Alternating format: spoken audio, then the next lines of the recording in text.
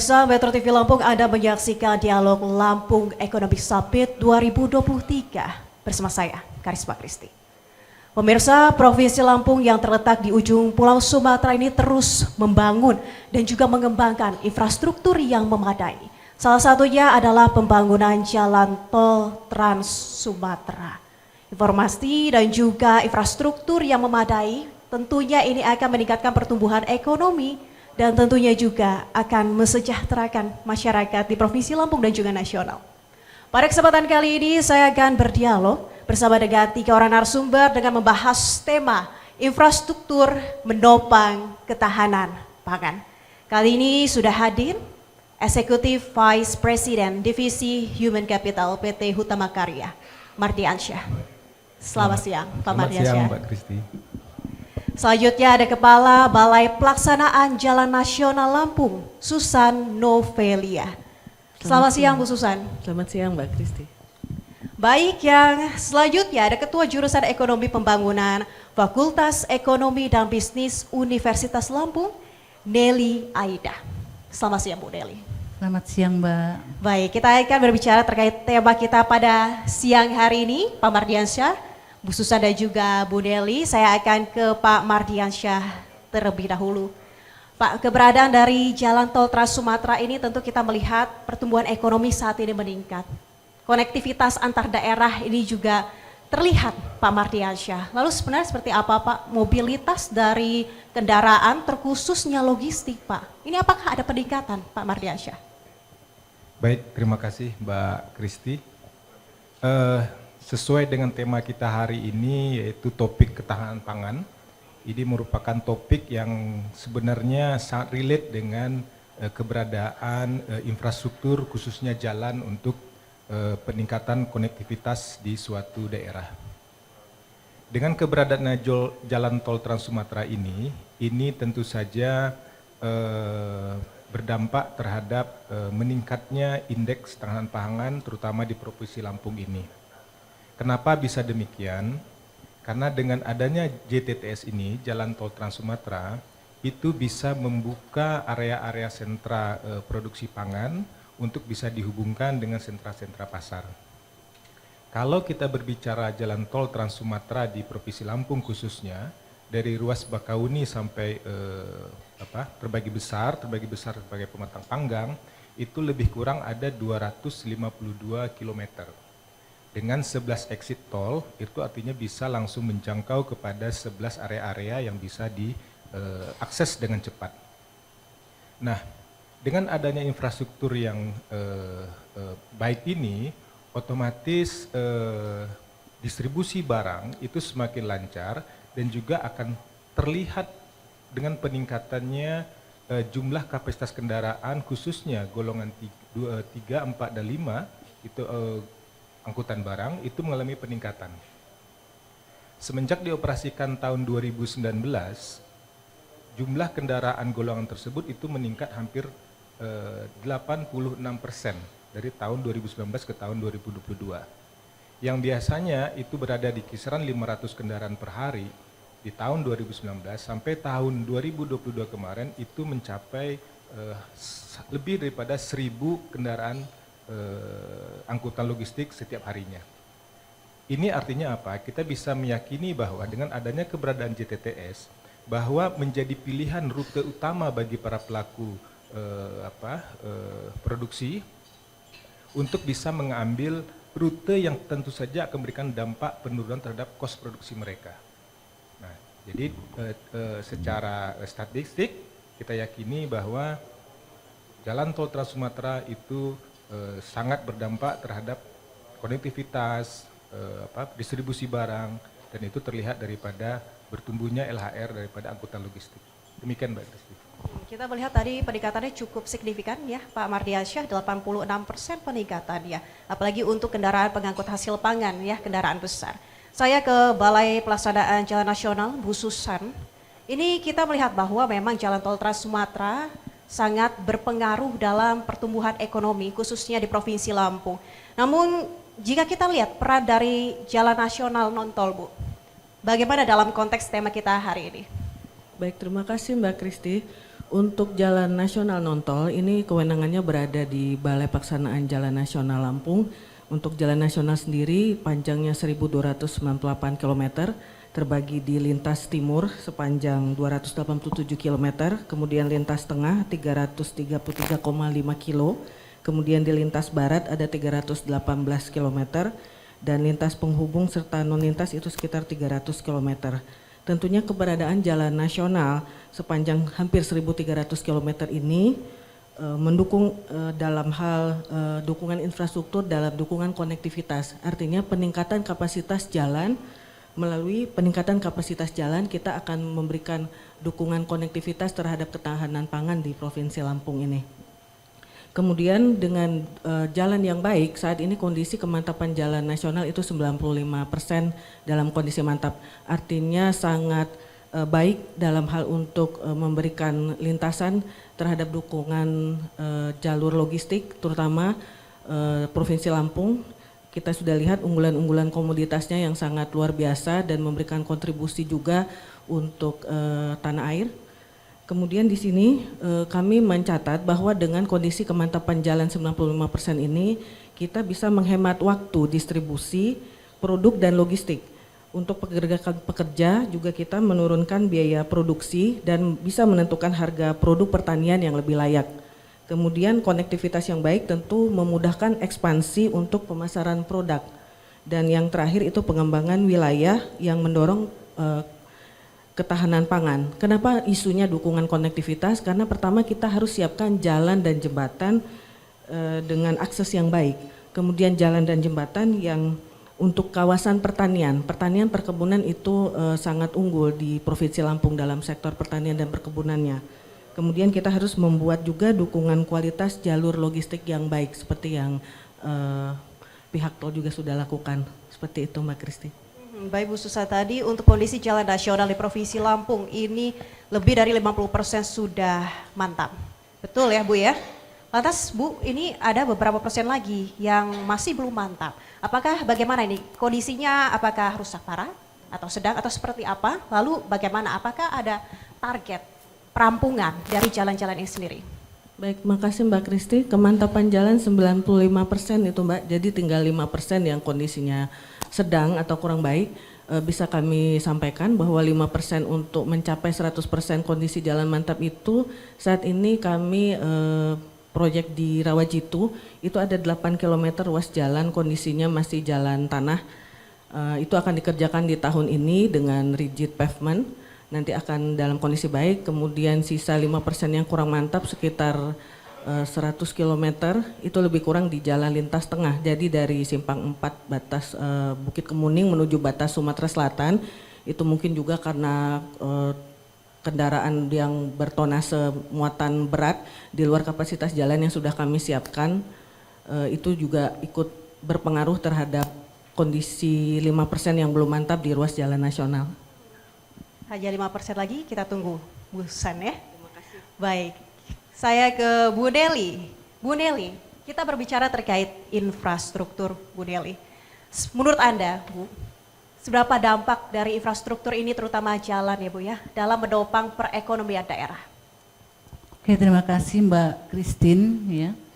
Jadi di dalam ekonomi itu, infrastruktur itu merupakan modal ya, jadi stok fisik yang kalau secara teoritis itu adalah input di dalam proses produksi ya. Jadi hubungannya jelas antara satu input dengan input lainnya, tentunya output ya. Nah, output ini dari berbagai sektor ya, jadi tidak saja pertanian tapi juga industri, perdagangan, jasa dan lain sebagainya, pembentuk dari PDRB pada satu daerah ya. Makin baik hipotesisnya begitu ya, karena kami dari akademisi Mbak, hipotesisnya makin baik kualitas jalan, makin banyak jalan yang baik, makin banyak anggaran untuk membuat jalan, maka PDRB-nya akan makin tinggi gitu ya. Nah, jadi hubungan dua variabel ini sudah dibuktikan dengan beberapa penelitian, Mbak. Dari tahun 1989 itu dilakukan penelitian tentang pengaruh infrastruktur terhadap peningkatan PDRB suatu daerah ya, di Indonesia ya, berbagai macam daerah di Indonesia. Dan hasilnya secara singkat itu mempunyai dampak ya. Jadi bisa dilihat dari elastisitas. Nah, dari elastisitas itu berdampak ketika kita melakukan investasi di infrastruktur 1%, maka dia akan meningkatkan PDB sebesar 0,15 sampai dengan 0,36%. Nah, itulah dampak yang ditimbulkan dari adanya suatu infrastruktur yang mengalirkan tidak saja barang dan jasa tetapi juga orang. Saya kira gitu, Mbak. Baik Ibu Nelly, saya ke Pak Mardiansyah. Pak Mardiansyah, tadi kita sudah melihat berapa persen dari jalan mantap yang ada di Jalan Nasional Non-Tol. Saya akan tanya kepada Bapak, sebenarnya bagaimana kondisi jalan tol Trans Sumatera saat ini, Pak? Apakah sudah baik dari segi kemantapannya menurut Pak Mardiansyah? Baik, terima kasih Mbak Kristi. Bahwa status kelaikan suatu jalan tol itu sudah diatur dalam undang-undang jalan tol kita melalui standar pelayanan minimum. Bahwa dalam standar pelayanan minimum itu juga sudah diatur seberapa cepat reaksi daripada kita penyedia layanan jasa jalan tol untuk jikalau ada kerusakan untuk cepat diperbaiki. Saat ini kami telah memenuhi standar pelayanan minimum tersebut dengan senantiasa melakukan monitoring secara berkala untuk bisa memastikan kenyamanan dan keamanan setiap pengguna jalan yang ada di ruas tol tersebut. Memang kewajiban kami adalah menjaga mulai daripada ram masuk kepada pintu tol sampai kepada pengguna jalan keluar daripada exit tol, itu kami harus betul-betul bisa memastikan segala fasilitas jalan yang ada di dalamnya itu bisa berfungsi dengan baik. Dengan adanya ketercapaian SPM itu tentu saja akan memberikan keyakinan lancarnya pengguna jalan tol tersebut. Demikian Mbak Kristi. Baik, ada standarnya seperti itu ya Pak Mardiansyah ya. Lalu sebenarnya Pak Mardiansyah, Anda berserta tim Anda apakah nantinya akan ada peningkatan tol Trans Sumatera sendiri Pak ke depannya? Ya, untuk jalan tol yang sudah terbangun tentu fasilitas-fasilitas yang ada di dalamnya itu senantiasa kita lakukan peningkatan. Terutama tadi yang utama adalah kelancaran daripada pengguna kendaraan di jalan tol tersebut. Tapi fasilitas-fasilitas pendukung itu juga senantiasa kami pertahankan dan kami tingkatkan layanannya seperti di rest area. Bagaimana rest area ini penting untuk senantiasa kita tingkatkan fasilitas sarana, prasarana dan juga kelayakannya, karena ini juga sangat berperan penting terhadap keselamatan pengguna jalan. Bagaimana rest area itu bisa menjadikan suatu tempat recharge energi bagi para pengendaranya, bagi para pengguna jalan tol tersebut, sehingga bisa dipastikan tujuan akhir mereka itu bisa dicapai dengan baik. Di samping itu juga kami tentu saja berupaya untuk meningkatkan teknologi dalam hal sarana prasarana jalan, apakah itu dalam hal penerangan jalan tolnya dengan menggunakan teknologi yang bisa saja diterima oleh regulator jalan tol nanti, atau juga kami menambah suatu tingkat keselamatan tertentu seperti penambahan signage atau mengganti dengan rambu-rambu yang lebih gampang terlihat, sehingga kenyamanan dan keamanan itu menjadi prioritas utama untuk bisa senantiasa kita tingkatkan. Itu Mbak Kristi. Baik, terima kasih Pak Mardiansyah. Saya ke Bu Susan lagi. Bu Susan, ini kita melihat bahwa tadi masih ada 5% dari jalan non-tol ini yang masih belum diperbaiki ya Bu ya, masih tahap seperti itu. Bu Susan berserta dengan jajaran, apakah Anda mengalami kendala-kendala atau jika tidak Bu, apa optimis Anda agar 5% dari jalan tol ini bisa menuju mantap 100%? Baik, Baik, makasih Mbak Kristi.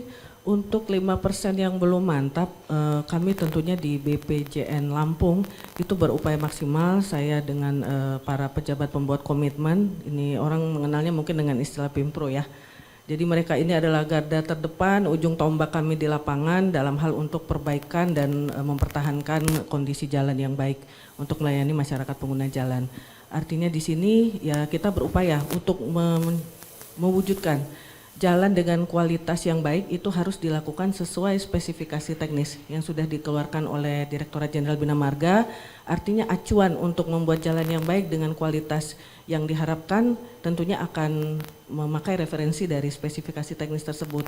Tentunya kami juga sudah memilih pejabat pembuat komitmen dan kepala satuan kerja yang punya kompetensi teknis yang memadai, punya attitude bagus dan tentunya integritas yang tinggi untuk menciptakan jalan dan jembatan yang baik, karena bagaimanapun ini amanah yang sangat besar yang diberikan masyarakat kepada kami juga. Kemudian dari arahan pimpinan kami di kementerian bahwa Menteri PUPR dan Dirjen Bina Marga itu selalu mengingatkan kita bahwa dengan menciptakan jalan dan jembatan yang baik semuanya tentunya akan bisa mewujudkan masyarakat dengan kesejahteraan yang baik juga, karena jalan yang baik yang andal itu juga akan sangat mendukung perekonomian, terutama dalam hal ketahanan pangan yang menjadi tema kita pada hari ini. Baik Ibu Susan, terima kasih. Saya ke Bu Nelly. Bu Nelly, pendapat Anda Bu Nelly, ini mengenai infrastruktur yang buruk ini tentu akan meningkatkan biaya terlebih dahulu juga.